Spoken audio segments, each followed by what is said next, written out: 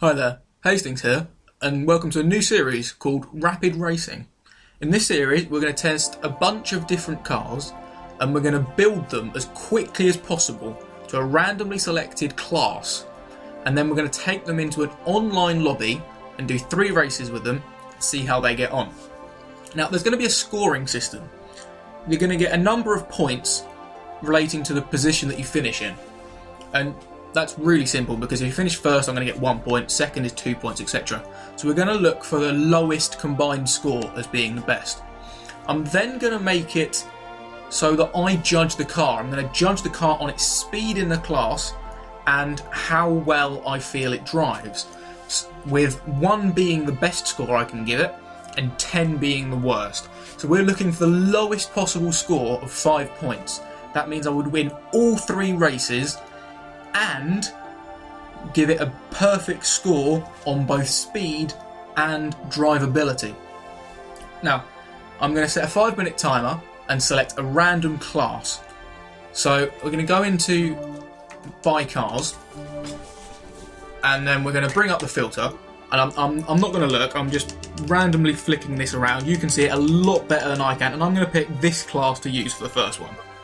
Okay, so we're going to build a car in S-Class. So I need to buy my car and build it within 5 minutes. I'm just going to, really quickly, I'm going to set up a 5-minute timer on my phone.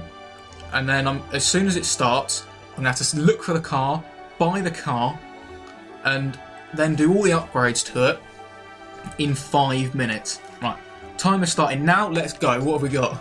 Search, apply filters, there we go. What have we got? Let's pick something really random. Holden, that's pretty nice, I've already got one of those. Shelby, what do I want? I want something novel. I want to be really quick about choosing it though, because that'll give me more time. Oh, the new Mustang, let's pick that. That was a nice quick choice. Let's see what we can do. We don't care about the colours, we'll have it in a nice yellow colour. We like yellow. Yes, I want to pick up my free car. These loading screens are really going to be the undoing of me. They're going to take absolutely forever and add time on. I'm only 30 seconds in though, and I've already bought my car, so that's a good thing. Yeah, stop telling me what my car is. I know I've just bought the new Mustang. Let me get into upgrading it, come on. It's taking time, car, quickly, upgrades.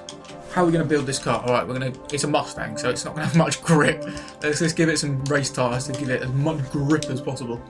Is there any interesting aero we can go and have a look at? I don't know, I'm just thinking, front aero. Screw it, they want to build a racing car. S-Class especially, we're going to need full aero on this. Oh, there's a lip spoiler that you can remove, but we're going to have the big wing. Looks a bit stupid really, but oh well. I'm just trying to think in advance, are we going to have to do an engine swap? I'm going to maximise the tyre size. I don't know how big the tyres are on this. Not too shabby, what about the back ones? Okay. Wouldn't mind a little bit thicker, especially the amount of power that I think we're going to end up doing with this. Let's rapidly, come on, we want the clutch in. Transmission, race transmission. I think I'm going to be alright for time on this one. I picked my car pretty quickly. Still got just over 3 minutes left. And we're going to race differential. We want the race differential. Yes, buy. Come on, click buy. Back. Come on. Back. Again. Brakes. Brakes. Very important brakes. We want brakes. All of the brakes. All of the brakes. Suspension. Racing suspension. I'm imagining this isn't pretty? Imagine this isn't pretty. I'm imagining this isn't very interesting for you to watch at the moment, but it's pretty tense for me trying to build it, because if I don't get it built, if I get it up to like just over S-Class, I'm still going to have to use it anyway. I don't like using roll cages, I don't know why. I don't think they do massively amounts. I like to have a little bit of unrigidity, if that's a word. Probably isn't, but oh. I think we're going to be able to use a standard engine because we've already halfway through A-Class. We may do an aspiration change, stick a turbo on or a supercharger. Yeah, I think we're going to go and have to do that. Is there anything else? There's nothing else that gives it a massive boost. Let's see if we can get a big turbo on this thing. Or we can have a twin turbo. Or apparently race springs and dampers, but that looks more like a twin screw supercharger, is it called? I'm not sure. You got to go for a twin turbo, aren't you? That's going to have one hell of a whine to it. Let's go upgrade these turbos. How much? How far are we going to be off? 770, 30 more PI. This car is going to have all of the power. Oh my days, I've not got a huge amount of time left. Not sure if it's going to get there. I might have to go and stick it. Oh, the roll cage doesn't put the PI up, I don't think. So we've only got what, less than 20 PI left. We can do this. Just put all of the engine upgrades. Got 830 horsepower at the moment. I imagine we're going to end up with probably just shy of 900, maybe 850 to 900. Come on, oh, that's only gone up a tiny amount of PI. Come on, exhaust. We've already done the exhaust, I think. Have we already done the exhaust? I've only got a minute left. Well, we've already done those as well. Have we done the valves? Yes, we've done the valves. Damn it. Done those. What have we done? We're on 790. Oh, intercooler. That's not really helped. We've got a bit more top speed, but cooling is very important. So any of you have seen... That's gone? No, I'm not putting hand. What is it? Oh, it's cooling. Cooling is important though. I don't really want to put it on, to be honest. Taking PI down a bit. That's decent. Let's go and rapidly see if the roll cage allows any more. Might do. Less than half a minute left now. Yes, it will actually really improve. Screw it, stick a roll cage in. I know it's actually kept the same PI, but we've done all the tyres. Let's just pick some really light ones and get this as close as possible. There we go, 796. Those wheels are horrible. Let's find some different ones. 796. They're also horrible. 796. They're bearable. And my time is just finished. Not the best build. We're at 796 PI. That's okay. Now we've done the build. Let's go and find some lobbies, and I'll be right back. Right, since you've been away, I've painted the car and loaded up this first race, which is at Yas Marina. See, I'm starting in 5th position there, and this car is very difficult to drive. I've had at least one practice race. I did actually get shunted off in the first corner on one of them, so I couldn't really use that footage. But I've had a little bit of practice with this car, and it's still incredibly slow. You can see here, there's a crash in front of me, and I squeezed through the gap that they leave, and that was very nerve-wracking. So I started 5th, and I'm up to 3rd at the moment. Looks like someone else has gone very wide, and a Mercedes is spinning in the foreground. And looks like we're gonna have a drag race with this Dodge Viper down the straight. The one sort of redeeming feature of this car is it is mentally quick in a straight line. Not necessarily at top speed. I went to Le Mans after I filmed this, and it topped out about 215, which is quick, don't get me wrong, but in relation to other people's S-Class cars that they build for top speed for Le Mans, it's really not that quick at all. And you can see the Dodge Viper outbraked himself while trying to brake later than us, so we managed to keep that position, and we're now being hunted down by a very quick Ferrari Enzo. Coming up to this chicane here, it's not an easy chicane to get right, but it's made worse by the fact that most people straight line it. You might have been able to see there that the Ferrari Enzo, they just cut straight across the chicane, and you can take it so much quicker, but it really isn't the proper line. You see the massive gap that I've already lost to the person, I think it's in 1st position up there, maybe 2nd that I've lost to. I'm not sure what position I'm in at the moment. But you have to be so careful with this car that you just lose so much position, so much time around the corners. And it doesn't help when a Ferrari Enzo decides to take a massive lunge at you and run into the side of you.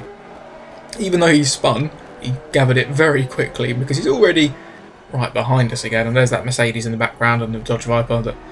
And with a Ferrari Enzo making a very opportunistic move and taking a bit of a dickish line through the last corner as well. Sort of trying to cut the corner to go quicker. The Caterham there, I assume that was somebody that left, and the replay decided to put him in anyway. Slightly annoying, but I didn't see him there when I was racing, so otherwise I probably wouldn't have driven through him. You can see in the background just then the Dodge Viper that we went past and the Mercedes that had a spin on the first lap. They both had an accident with each other, and from here on it was a relatively boring race, really. I think I'm in 4th position now. I think 3 people managed to get away at the front. I'm not 100% sure, I will have to check.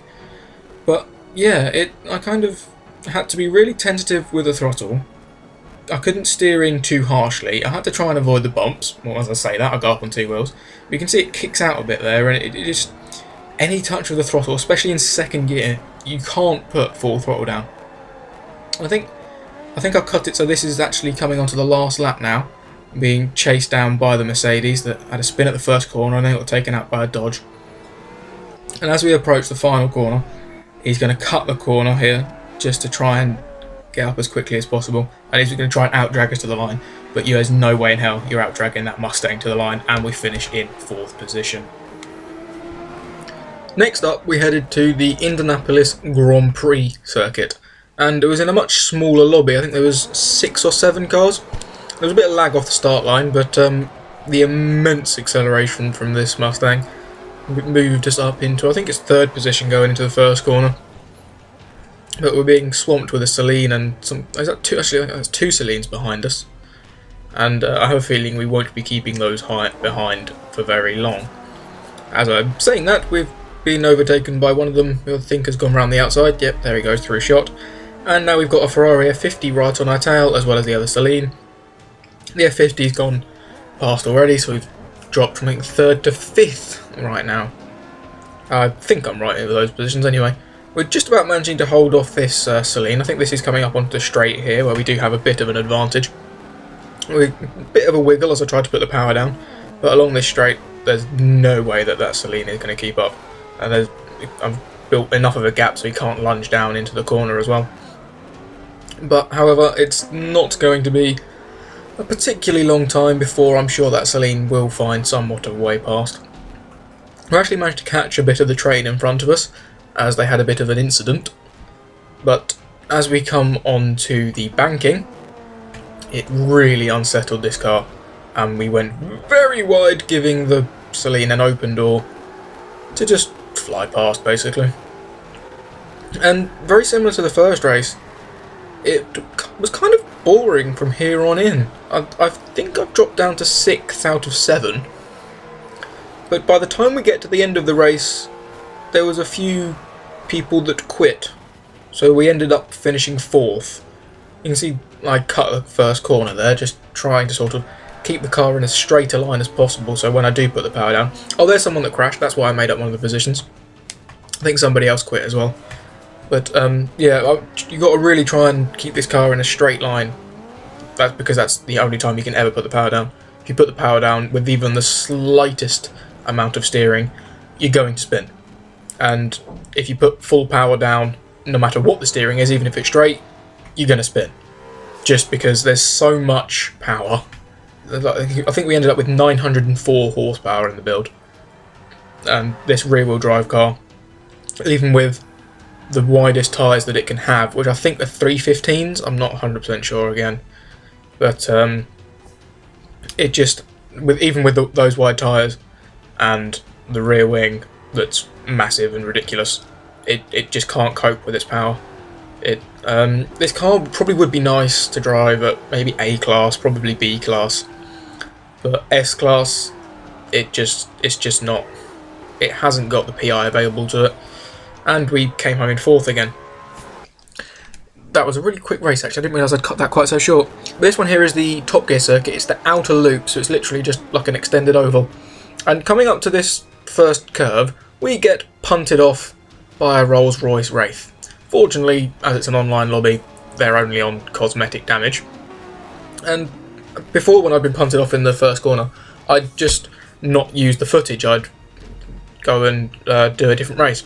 But knowing that this track is basically 2 big straight lines with a few corners, I figured, well, this Mustang is really rather quick in a straight line, so let's see how we can move up, how far we can move up. I believe there was 8 people in this race, and we're now 8th. So stone dead last, and we've got some catching up to do. Starting off with the Union Jack Rolls-Royce Wraith that punted us off on the first corner. I think it would be a lap or 2 until we actually got very close to him. You can see there's actually quite a gap. But is he running wide there? No, he's not quite running wide there. But we're chasing him down. And again with this car, it was just, let's see if it wobbled that far out of the straight as I was changing gear and trying to put my foot down. you can't put your power down in any gear. I think the only time you can really full throttle it from low revs is in about 4th. The Rolls-Royce seems to have had an incident with a Mercedes at the same corner where he took me out, so not the cleanest of drivers, and that promotes us up to 6th. There's a Caterham just in front of us there. Oh no, that's a Nissan actually. There's a Caterham just in front of the Nissan that we'd followed behind for quite a while, and the Nissan seems to do something off screen here, because when we move to the next shot you can see he's there behind us, so he must have completely outbraked himself and gone far enough ahead of us for him not to be on our screen. As I was saying, there was a Caterham up next, and even though it was a Caterham, it was just so quick around the corners and it had such good initial acceleration that even though this Mustang is so quick in a straight line, you really can't catch up. We actually lapped the Rolls-Royce that took us out, and as we came up to the corner, which is normally the hammerhead, he wasn't very happy about this. So from the next screen, you can see he tries to take us out again. And my god, that was seriously close on my screen. You know when you race in third person and you just see a bumper come across your screen on the bottom? It was incredibly close. I'm very lucky that he didn't take me out. But after moving up past that Nissan, I think we managed to fight our way back up into 4th or 5th. I'll have to check, and I'll catch up with you in a minute to give you my scores and see how this car performed. In all 3 races, the Mustang finished 4th. Although it had varying sizes of lobbies and that, we're going to give it 4 points for each race, because it did finish 4th. It may be slightly skewed in comparison to others, but it's a starting block. So 4 points for each race. Sorted. In terms of speed, out of 10, I'm going to give it an 8, because it really wasn't that quick. And it was frustrating because it was really quick on the straights, but you had to be so careful with it that it was actually quite slow. Drivability, I'm going to give it a slightly better score of a 7, just because although it was very difficult to drive, it was quite fun when you sometimes kicked the tail out. So that's my score, total of 27 points, and it set the benchmark, so we'll see what we do next time. See you then. Hastings out. Goodbye.